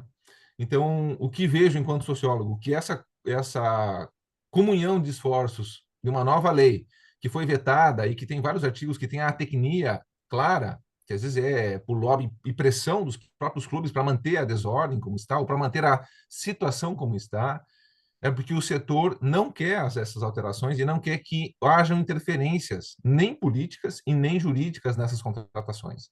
Então, há um mundo privado ali de relações entre empresários, clubes e jogadores que eles não querem propriamente a interferência normativa, a interferência legal. Então, não há uma desordem, tá? Mas há uma rejeição à própria ordem que o direito tenta construir nessas relações. E essa é a pergunta, doutor. Esses atores que fazem parte dos clubes, jogadores, eles rejeitam e eles não querem propriamente uma linearidade ou uma organização normativa dos contratos? Obrigado, doutor Paulo, pela sua intervenção. Eu entendo, muito interessante o seu ponto, mas os atletas, eu vou até dizer aqui pelos atletas, acho que foi mais o direcionamento da questão, e até na minha vida, na minha atividade profissional, eu estou muito próximo a eles, querem e muito uma organização e que a gente reflita e repense esse ecossistema esportivo, né? Para que a gente tenha boas condições, para que tenha boas condições de trabalho, que se entenda isso como trabalho, né? Como atividade econômica. que se pense, claro que eu estou falando que tecnicamente, né? Os atletas trazem isso de outra perspectiva, mas o trabalho, a dignidade do trabalho, a dignidade desses trabalhadores, isso é algo que é desejado e todos discutem e querem isso. Todos discutem e querem isso. Né? Enquanto vivem o sonho do esporte dentro da nossa sociedade, de ascensão social, mas todos querem um novo contexto e todos clamam por isso. Né? E, particularmente, eu acho que estão certos. Bom, dando sequência aqui ao chat, o Lauro falou sobre inelegibilidade do atleta. De fato, eu acho que a gente já comentou, né, Lauro? Mas reforçando, o atleta ele tem o vínculo esportivo que é acessório ao vínculo de emprego, e esse vínculo esportivo ele fica ligado ao clube. Então, para que ele possa trabalhar para outro clube, entrar em campo para outro clube, precisa desfazer esse anterior. Então, a gente tem essa questão dele ser elegível ou inelegível de acordo com qual clube, qual organização possui esse vínculo esportivo. Vamos lá. Obrigado, Johnny, pela intervenção. Deixa eu ver se tem mais alguma pergunta. O Lauro comentou da inexigibilidade por mora salarial. Desculpa, eu acho que agora, se não seria inadimplência. Não, agora eu acho que eu não entendi, Lauro, se quiser até trazer novamente essa questão, desculpa, eu acho que eu não. Ô, Felipe, Diga. me permite dar uma opinião, até porque eu acho que a sua apresentação está bem ampla e tá abarcando todos esses pontos de alguma forma, né? Porque às vezes as perguntas vêm de uma forma, mas no final a resposta ela acaba englobando, pelo que eu tenho, que eu estou ouvindo aqui, né? Então o que que eu vou sugerir? Como a gente tem aí, tá vendo? O Lauro mesmo falou que está superado, porque Ah, tá. embora a pergunta tenha vindo dessa forma, tem a ver com a própria inelegibilidade, que foi tratada, etc. O que que eu vou sugerir? Como a gente tem poucos minutos, né, para o término da atividade, que você faça as considerações finais sobre os pontos que ainda estão pendentes, que você gostaria de tratar. Se houver depois algum comentário, que se faça também por e-mail depois, etc. Porque, infelizmente, a gente gostaria de ter 15 horas aqui para tratar desses temas, principalmente em ouvi-lo. Mas, infelizmente, o tempo é muito limitado. Então, eu vou sugerir isso, senão você vai ficar muito preocupado em responder o chat e vai deixar de dar a sua reflexão final sobre os pontos pendentes, etc. Então, fique à vontade, mas eu sugeriria dessa forma para a gente otimizar. Valeu. Perfeito. Eu estava preocupado mesmo com o chat, porque eu não tinha passado e eu sempre estimulo a participação e Não, eu. eu sei disso. Não, mas legal. Eu vou então. Eu acho que mais uns, se puder, mais uns 10 minutinhos, só para eu trazer esses últimos pontos mesmo aqui da minha última tela. Bom, então eu já comentei, até seguindo um pouquinho a ordem, sobre a questão do contrato de imagem, né? Então, daquelas questões controvertidas sobre a possibilidade de pagamento, do que é por fora, da natureza jurídica, enfim. Tem um ponto, até pensando em outras modalidades, que é um ponto muito importante, que é a não formalização do contrato especial de trabalho esportivo.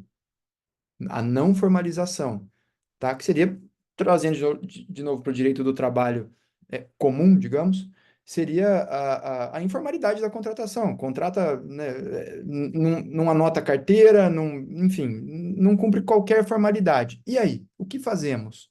Já que o contrato de trabalho do atleta ele deve ser escrito pela legislação, de acordo com a legislação. Entendo eu e vejo pela jurisprudência que se o clube não cumpre o dever de celebrar o contrato especial de trabalho esportivo, a Justiça do Trabalho reconhece esse contrato nos moldes do contrato especial do trabalho esportivo, inclusive definindo o pagamento de cláusula compensatória esportiva ou cláusula indenizatória, que é mais comum, né? Se o clube não formalizou, é mais comum que o atleta esteja buscando a sua reparação e a cláusula compensatória esportiva, tá? E obviamente que muitas vezes o argumento do clube é o seguinte: bom, eu não formalizei, não é escrito e tem que ser escrito pela legislação. Mas, se não me engano, tem lá o artigo 129 do Código Civil, né, que fala do elemento obstativo, do ato malicioso, alguma coisa assim. E também a própria análise de que o clube deveria ter feito e não fez, então a justiça reconhece, a partir da primazia da realidade, de olhar para aquela situação e enxergar uma relação entre clube, empregador e atleta profissional.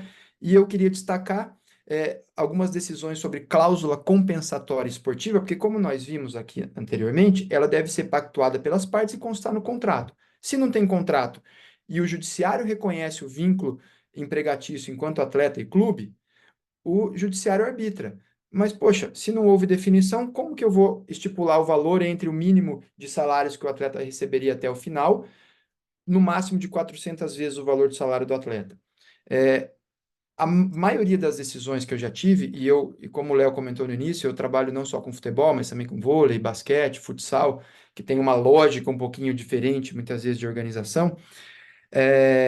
O judiciário, ele arbitra, no mais das vezes, no mínimo legal, de todos os salários que o atleta receberia até o final, mas já tive decisões em que a Justiça do Trabalho determinou ao atleta que pagasse cláusula, que arbitrou a cláusula compensatória esportiva no dobro do mínimo legal. Muito interessante, né? Aliás, tem até uma decisão do ministro Alexandre Agra Belmonte, em que no TST se discutia a incidência da cláusula compensatória esportiva, e ele condenou o clube, que não havia cláusula escrita, e ele condenou o clube a pagar em dobro, considerando o quê? Poxa, 400 vezes é muito mais do que o dobro. Então, o dobro tá bom. Aliás, me lembro na sessão de julgamento, que até foi dito assim, ó, eu não vou me lembrar o ministro, enfim, mas ele até dizia assim, bom, se por mim, eu até daria mais, porque ainda está muito longe do 400, mas entenderam pelo dobro, então tem algumas minoria, né, mas a maioria das decisões defere o mínimo, mas algumas que eu já tive aqui, elas deferem o dobro, acho que umas 4 ou 5. Uma outra particularidade do término do contrato especial de trabalho esportivo é a justa causa. Vejam que interessante a justa causa, pensando no futebol, que tem esse mercado, em que o mercado se movimenta, e aí eu vou até dar um pulinho aqui para o meu último item, que são os direitos econômicos, e tentar, de maneira resumida, falar sobre eles. O mercado do futebol, que tem essas transferências de atletas, ou eu vou usar, não tecnicamente, mas para deixar claro, essas vendas de atletas, né? Essas vendas de atletas, né? Ou melhor, o preço dessas vendas dos atletas é justamente o valor da cláusula indenizatória. Então, nós temos lá uma cláusula indenizatória de 2.000 vezes o valor do salário médio do atleta para transferência nacional. De repente, esse valor é de 10 milhões. Então, se o atleta joga no Guarani ou na Ponte Preta e o São Paulo quer contratar esse jogador, ele fala, e esse jogador ainda tem 2 anos de contrato, ele vai olhar lá para o contrato e fala assim, bom, deixa eu ver aqui qual é a cláusula, qual é o valor da multa para que o atleta rescinda agora o contrato com o Guarani ou com a Ponte Preta e assine um contrato de trabalho comigo, São Paulo ou Corinthians. E essa multa de até 2.000 vezes, que são os tais 10 milhões ali que eu coloco nesse exemplo. E se o Real Madrid quisesse mesmo jogador, essa multa ela não tem limitação, então pode ser lá 80 milhões de euros, tá? E vejam, e daí eu volto para a justa causa. Vamos supor que o clube tenha um atleta que se destaca, que tem uma multa de 10 milhões para nacional ou 10 milhões para internacional, e esse atleta ele falta a semana inteira de treino, ele chega tarde, como dizem, eu tenho uma frase que eu ouço aí às vezes no esporte que eu acho engraçado, me perdoem a informalidade, mas que é assim, poxa, aquele atleta ele gosta mais da lua do que do sol, é quando o atleta gosta muito de sair, de sair e fazer farra.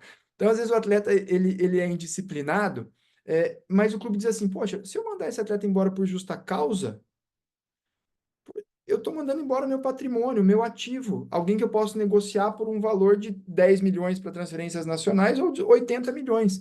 Então, poxa, e se eu mandar embora por justa causa, eu consigo cobrar essa multa? Na lei não está escrito que essa multa incide para justa causa, né? Será que se eu converter, então, a penalidade da justa causa em danos, eu consigo cobrar essa multa do atleta?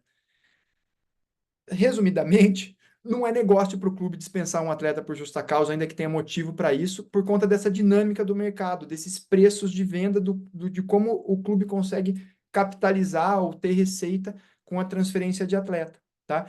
E esse preço, e daí saindo da justa causa e vindo para o conceito de direito econômico, que ele nasce nessa cláusula indenizatória, que é um instrumento do direito do trabalho desportivo, né? Os direitos econômicos, eles eles são originados da cláusula indenizatória. Por quê? E o que são os direitos econômicos? Eu vou falar de um jeito que eu acho que vocês já ouviram, né? De falar, determinado atleta 70% do Endrick é do Palmeiras, 10% é da empresa XPTO, 10% é do próprio Endrick e 10% é do pai dele. O que o pessoal chama desse fatiamento do jogador, que não é do jogador, é da multa, da cláusula indenizatória relativa ao contrato daquele jogador e do clube, esse fatiamento é o que se chama, o que se habituou a chamar, não só no Brasil, mas no mundo todo, de direitos econômicos do atleta. Então, algumas pessoas físicas ou jurídicas participam do resultado do pagamento dessa cláusula indenizatória, desse instrumento típico do trabalho desportivo. E isso se habituou a chamar de direitos econômicos, tá? E aí a forma de aquisição de um percentual dessa multa, na verdade, existem várias formas de aquisição de um percentual dessa multa, tá? Aqui fica para uma outra hora, mas, de qualquer modo, aí estão os direitos econômicos. Então, vejam como a gente começa, né? Quando a gente analisa essa cláusula indenizatória, a gente tem aí o desafio de aplicar uma justa causa por conta do ativo que se tem, e, ao mesmo tempo, esse ativo, ou essa multa, que é tipicamente trabalhista, ela traz essa ideia dos direitos econômicos e da partilha de percentual dos atletas. Última coisa, para finalizar e devolver a palavra ao Léo, Alessandro, aqui os nossos coordenadores. Nós vimos, quando falamos de cláusula compensatória e indenizatória, que o legislador disse que elas podem ser livremente pactuadas entre o clube e o atleta, né? Quando a multa é em favor do clube, ela pode ser de até 2.000 vezes o salário médio, a cláusula indenizatória, ou sem limitação para transferência internacional. Mas vou pegar aqui o exemplo das 2.000 vezes. O clube pode livremente pactuar com o atleta até 2.000 vezes. Em 99,99% dos casos, o clube coloca as 2.000 vezes, né? Já a cláusula compensatória esportiva, ela tem como mínimo todos os salários que o jogador receberia até o final do contrato, é o mínimo, e o máximo 400 vezes o valor do salário. Em 99,9% dos casos, embora possa ser livremente pactuado, é o mínimo. É o mínimo.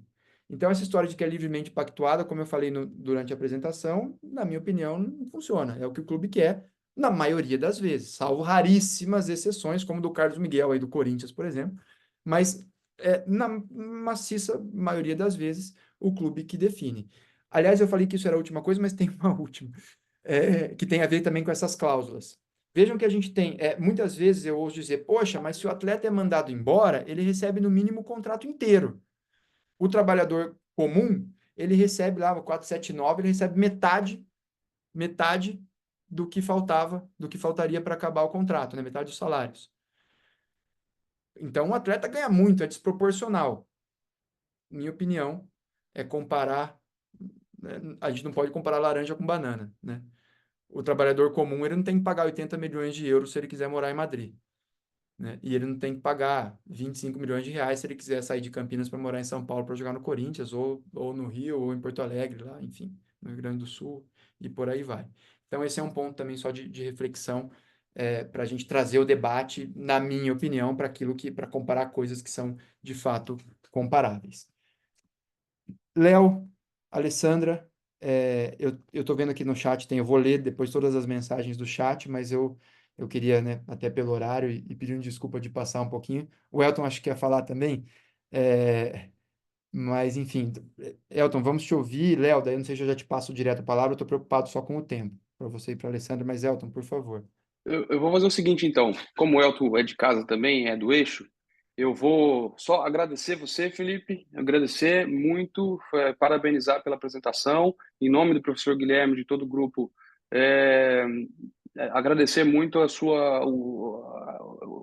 o tempo que você tirou para estar aqui conosco, né? E levantar todas essas questões e reflexões que são muito importantes. Vou deixar livre para a Alessandra, se ela quiser usar a palavra, e o Elton, ele faz o comentário dele e ele encerra, de repente, né? Ele encerra e aí depois a gente encerra essa reunião e passa a palavra, viu, Elton, para a Tati e para a Camila, que elas têm uma deliberação a fazer, mas do ponto de vista aqui da nossa atividade do eixo, vou deixar você com a última palavra, isso se a Alessandra também não quiser também fazer uso da palavra, tá bom? Olha a responsabilidade. Obrigado, viu, Obrigada. Léo? Ô, Elton, Antes de você finalizar, deixa eu só fazer um comentário, porque eu sou fã do Claro, fica à Felipe, ele vontade. sabe disso. Durante nossas aulas, nós dois, naturais da área trabalhista, a gente ficava muito incomodado com a nova legislação e tal. Mas a gente tem que pensar numa outra oportunidade, porque o Felipe foi uma das primeiras pessoas que fez o regime concentrado, o antigo PEPT, na 15ª região.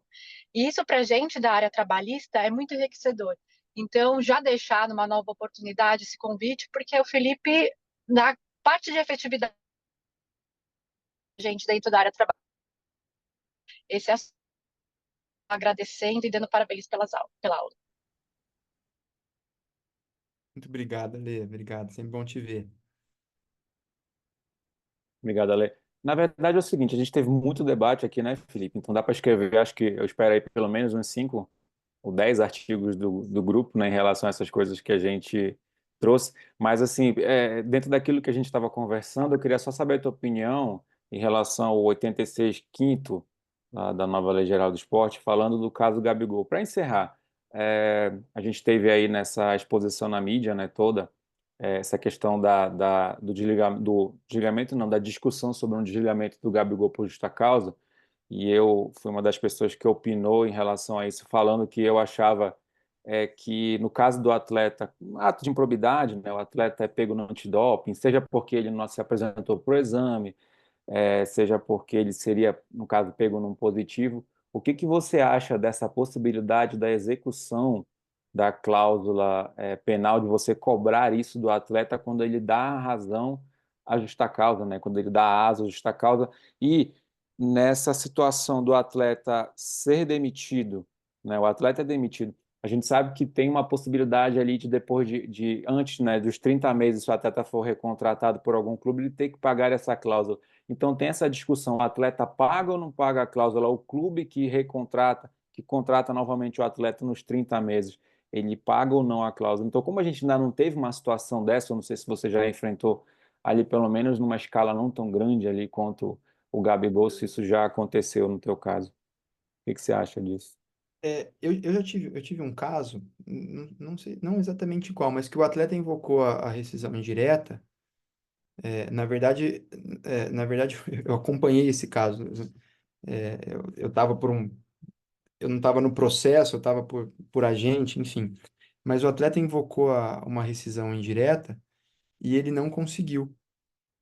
A Justiça do Trabalho não reconheceu a rescisão indireta e nisso ele tinha já deixado de trabalhar, como permite a CLT, né? Enquanto se discute a rescisão indireta, ele deixa de prestar os serviços. E quando ele tem a negativa da Justiça do Trabalho, um novo clube não o contrata diretamente. A Justiça do Trabalho até diz assim, olha, tem uma questão aqui financeira como consequência do não reconhecimento da rescisão indireta, embora eu reconheça a rescisão, porque o atleta não quer mais jogar, então tudo bem, vai embora. Mas tem uma consequência financeira. Os novos clubes, os que queriam contratar o atleta, eles não contrataram o atleta até se acertar financeiramente com o clube de origem, porque tinha justamente a pendência do clube de origem cobrar a cláusula, à época até era indenizatória desportiva, né? E não ainda esportiva. Então, isso foi bem interessante, justamente o receio de ter uma cobrança de um valor exorbitante, que é o valor da cláusula indenizatória. Você mencionou 86 quinto. Eu não lembrava de cabeça, mas a lei é nova e eu estou vendo que acho que ele está vetado. Não sei exatamente a Pois qual outra. é justamente isso, né? A gente está falando acho que eu errei, porque o quinto foi o vetado. No 86, eu não sei se é o A ou B, é porque eu não estou com ele de cabeça aqui. Eu sei que é aquele que prevê o pagamento da cláusula indenizatória no 86 e Tá. fala sobre o pagamento da cláusula quando você dá razão à demissão, no caso. Por isso que eu estou falando do caso do Gabigol, né? Que Sim. teve essa especulação quando a pessoa comete lá o ilícito, desportivo, penal, que seja, e aí você dá aso à demissão, se você cobra do atleta essa cláusula, né? No caso, você cobraria a indenização do atleta, ou se você não podendo cobrar do atleta, você cobra para o clube que contrata ele em 30 meses. Então tem essa discussão. Existe essa questão da irredutibilidade, né, de vencimento, de você não poder cobrar da pessoa, do trabalhador, um valor que seria ali diminuir o salário dele, enfim, seria um valor muito alto, até porque a cláusula de atleta de jogador, né, é muito alta, né? Às vezes supera ali o pagamento do salário. Eu já tenho essa discussão em relação a essas cláusulas penais com o lutador. Tem lutador que a cláusula é muito maior do que várias bolsas que ele deveria receber lutando. Então tenho muita crítica em relação a isso. Mas em relação ao fato do atleta dar razão ali à justa causa, e essa discussão que eu trago para o grupo, será que a gente poderia fazer essa cobrança para o atleta, né? Se o atleta comete ali, faz uso do doping, é demitido por justa causa, ou até se um clube, no caso do Gabigol, por exemplo, seria interessante para ele mandar o atleta embora nessas circunstâncias, porque ele vai perder não só o atleta como jogador, né? Fazendo aqui meu juízo de valor, tem esses dois lados aí, mas também o próprio direito de imagem que você mencionou, você perderia os contratos e tudo aquilo que é agregado à imagem do atleta, falando nesse nível de atleta, esse nível Gabigol. Foi ele que trouxe essa discussão, né, para o nosso ordenamento jurídico aqui, né, recentemente. É um tema muito complicado, até um pouquinho, acho que um pouquinho do que você comentou, eu já falei quando diz a justa causa, que às vezes é desvantagem para o clube encarar uma justa causa e perder um ativo, perder um patrimônio, né? E o patrimônio é o contrato daquele atleta com aquela multa que pode gerar receita para o clube. Agora, a sistemática da legislação, ela é feita para que ou é concebida para que essa multa seja paga pelo clube que vai comprar o jogador, usando de novo comprar aqui, né, entre aspas. E, aliás, essa sistemática da nossa lei geral, não é só da nossa lei geral do esporte, mas da própria FIFA, quando lá no artigo 17 do regulamento de Estatuto de Transferência de Jogadores, ele traz a responsabilidade solidária do próximo clube. Agora eu vou trazer aqui para responder a sua pergunta, vou falar do caso do Matusalem. O Matusalem teve um problema de quebra contratual em âmbito internacional, e ele teria que, resumidamente, ele teria que pagar 12 milhões de euros para o clube com o qual ele teve contrato e que houve a rescisão. E esses 12 milhões de euros para o atleta inviabilizaria a carreira dele, né? Ele teria que parar de jogar porque ele não conseguiria pagar e ele estaria ali proibido de jogar enquanto ele não pagasse dentro do sistema internacional. E, em síntese, o STF suíço entendeu que isso violaria os direitos humanos e o direito ao trabalho. Vejam até que num sistema jurídico como o suíço houve esse entendimento de que aquela multa basicamente era uma proibição ao exercício do trabalho, né?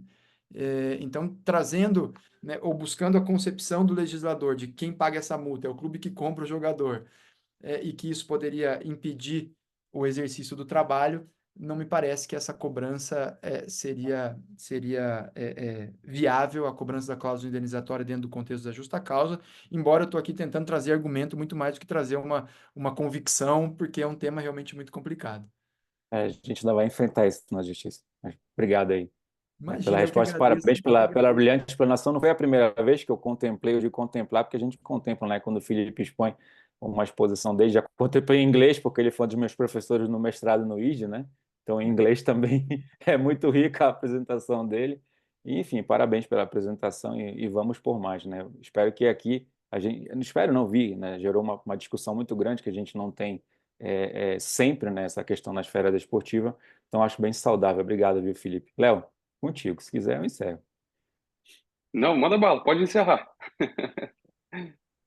Bom, então, agradecendo mais uma vez a exposição do nosso convidado, né, um amigo, então sou suspeito para falar, já tive aula com ele algumas vezes, e também agradecendo a interação do grupo, né, que a gente sempre tem essa busca aqui pelo debate, que só engrandece, né, e gera mais raciocínio e reflexões para o direito esportivo, que depende, né, de profissionais do nível de vocês, para que a gente possa fazer sempre ele evoluir, né, sempre estar buscando essa evolução, e declaro encerrada a aula de hoje, né, com a honra que o Léo me concede, né, e aguardo todos na próxima exposição, que também será de um grande amigo aí do Fabrício, se eu não me engano, está aqui na sequência. Obrigado, gente, bom dia. Valeu, abraço. Obrigado, Elton. Pessoal, um E minutinho. calma aí, pessoal, calma aí. Encerrou a Obrigado, Felipe. exposição, Fica à mas a gente vontade, tem uma tá? questão aqui. Fica à vontade.